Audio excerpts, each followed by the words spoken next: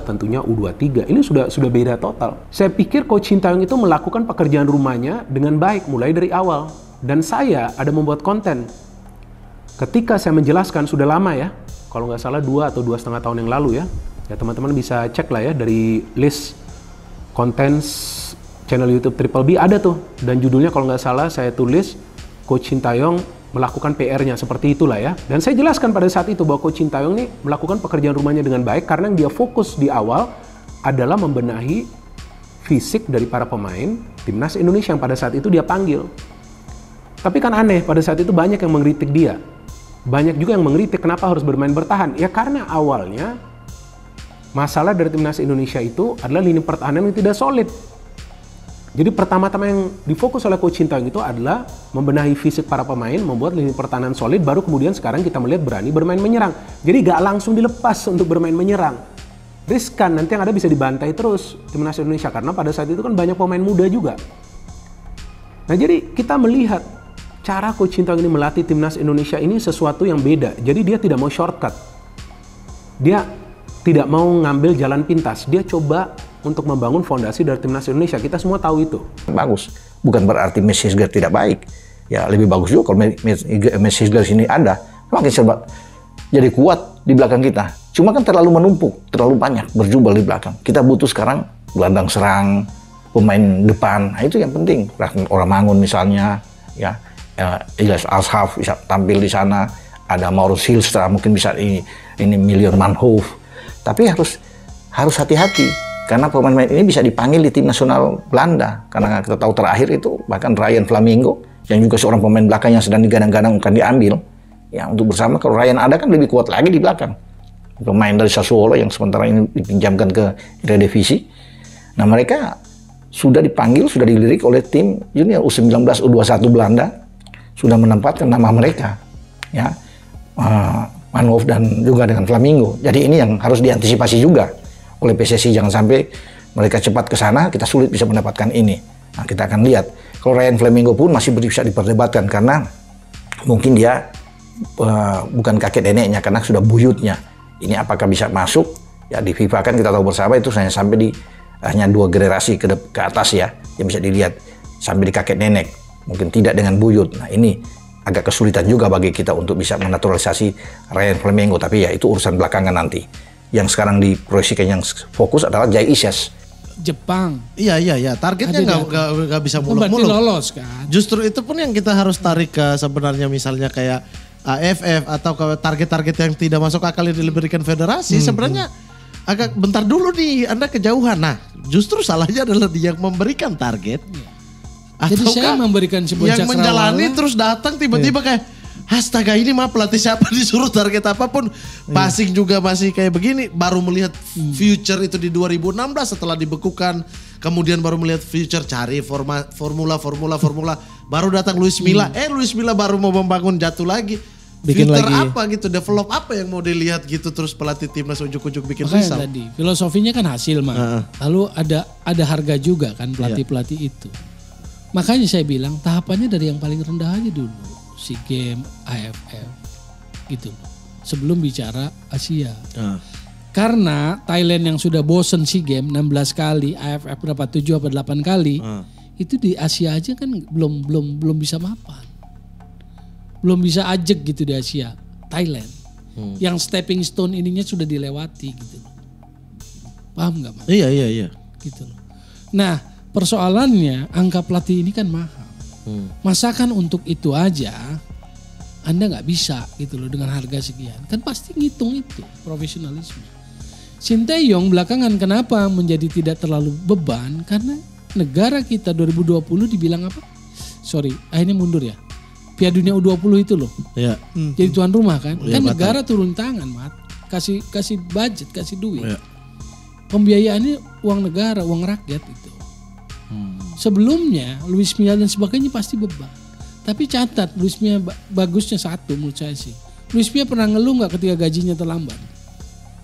Nggak pernah. Buat saya sih Luis Milla adalah karakter yang bagus lah. Kedodoran hancur itu Thailand ya kan. Di extra time kaget mereka ngelihat para pemain tuh kuat begitu.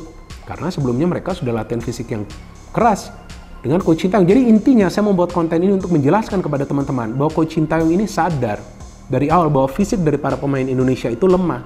Ketika itu sudah kuat, dia membuat para pemain Indonesia belajar juga bagaimana pressing yang benar, bertahan yang benar, kemudian sekarang baru berani bermain terbuka. Nah, seandainya itu juga dilakukan di level U17, maka tentu kita akan bisa melihat permainan yang rapi. Tapi bagi timnas Indonesia U17 belum kiamat. 1 poin ini sudah bagus walaupun permainan amburadul. Tapi diharapkan di next match lawan Panama bisa bermain lebih rapi lagi dan jangan langsung ngegas. Tenang, atur tempo. Yang penting bisa mencetak gol, mempertahankan keunggulan. Dan jangan sampai kelelahan memasuki nanti menit ke-55. Karena kalau bisa menang nanti lawan Panama, tentu peluang kita semakin besar untuk bisa lolos dari fase grup. Dan saya ada membuat konten preview kan tentang peluang dari timnas Indonesia U17 dan saya jelaskan. Ya pokoknya targetnya ini dari 2 pertandingan awal 4 poin. Udah kalau dapat 4 poin, maka tentu kita akan bisa terpilih lah ya. Timnas kita akan terpilih sebagai salah satu tim dari 4 tim peringkat ketiga terbaik. Selepas ditunjuk menjadi pelatih di Timnas Indonesia oleh PSSI pada tahun 2019 lalu, Sintayong belum sekalipun memberikan gelar juara. Sejauh ini, capaian tertinggi dari pelatih berkebangsaan Korea Selatan tersebut adalah menjadi runner-up Piala AFF edisi 2020 dan runner-up Piala AFF U23 edisi tahun 2023. Maka, tak mengherankan jika beberapa kalangan, terlebih mereka yang berorientasi pada hasil, selalu menagih gelar juara kepada seorang STY. Sebuah hal yang lumrah di mata mereka, karena terhitung mantan pelatih timnas Korea Selatan itu telah menukangi pasukan merah putih selama kurang lebih 4 tahun. Menyadari hal tersebut, STY pun buka suara. Pelatih yang sukses memulangkan Jerman yang berstatus juara bertahan di Piala Dunia Rusia 2018 tersebut menjelaskan bahwa dirinya belum mampu untuk memberikan gelar juara karena harus memulai fase-fase pembangunan timnas Indonesia dari hal yang paling dasar. Tak hanya itu, fokus kepelatihan Coach STY saat ini lebih berorientasi pada pembangunan skuad yang bisa bersaing di level benua, bukan lagi skuad yang hanya mampu bersaing di level regional Asia Tenggara belaka. Mungkin para fans menanyakan kenapa tak bisa juara. Mungkin kalau timnya sudah punya fondasi kuat, saya datang bisa juara. Tapi tidak seperti itu, ungkap STY menyadur dari akun TikTok Sportit. Tapi sekarang di AFF Indonesia tak akan kalah dengan mudah. Pastinya level kita sudah masuk ke final. Tapi saya tak mau fokus di AFF, melainkan kita sudah berpikir ke level AFC, imbuhnya. Sejatinya apa yang diungkapkan oleh Coach Sin tersebut ada benarnya. Mengingat ketika dirinya datang dan menjadi pelatih di skuad Garuda, Coach STY harus memulai semuanya dari awal. Selain membenahi skill olah bola para pemain, STY dan tim juga harus bekerja keras untuk membenahi fisik, stamina, mental dan hal-hal dasar dari para pemain Indonesia meski mereka memiliki label timnas. Bahkan, STY harus mengambil jalur ekstrim dengan memangkas satu generasi timnas karena benar-benar harus memulai masa kepelatihannya tersebut dari nol. Dan terbukti, meskipun belum memberikan gelar juara, Sintayong telah sukses meloloskan 3 level timnas Indonesia ke putaran final Piala Asia. Pasukan Merah Putih Timnas Indonesia U17 bakal kembali turun gelanggang di laga kedua Grup A gelaran Piala Dunia U17. Pasca menahan imbang Ekuador U17 dengan skor 1-1 di laga perdana lalu, kali ini anak asuh Bima Sakti tersebut akan menjajal kekuatan Panama U17. Berdasarkan jadwal yang dirilis oleh laman FIFA.com, pertandingan antara Timnas Indonesia U17 melawan Panama akan digelar pada Senin, tanggal 13 November tahun 2023 dan bertempat di Stadion Gelora Bung Tomo, Surabaya. Bertanding melawan Panama, kans Timnas Indonesia untuk bisa meraup poin penuh sejatinya terbuka cukup lebar. Berkaca dari laga perdana lalu yang sukses menggenggam 1 poin atas Ekuador, maka seharusnya laga kedua melawan Panama ini Arhan Kaka dan kolega bisa meraih hasil yang lebih maksimal. Hal ini tak lepas dari kualitas dan kekuatan Panama di pentas persepakbolaan dunia. Tanpa bermaksud meremehkan, namun jika dibandingkan dengan Ekuador dan Maroko yang menjadi penghuni Grup A di Piala Dunia U17 kali ini, kekuatan Panama memang yang paling lemah. Merujuk pada laman FIFA, Panama saat ini berada di posisi 44 dunia.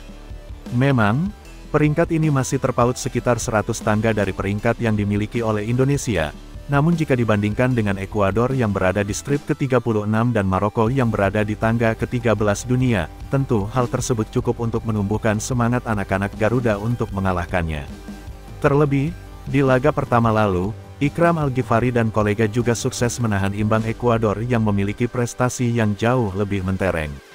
Terlebih, negara-negara yang berada di zona CONCACAF memiliki peringkat tinggi karena memiliki koefisien yang jauh lebih besar daripada zona AFC, sehingga sangat mungkin posisi yang mereka dapatkan di peringkat FIFA saat ini tak sesuai dengan kualitas dan level sebenarnya persepak bolaan mereka. Berkaca dari Curaçao yang beberapa waktu lalu sukses ditekuk oleh timnas Indonesia di FIFA Matchday, maka bukan tak mungkin di laga melawan Panama nanti giliran timnas Garuda Muda yang akan memetik kemenangan dari sang lawan sekaligus membuktikan bahwa peringkat hanyalah sebuah angka.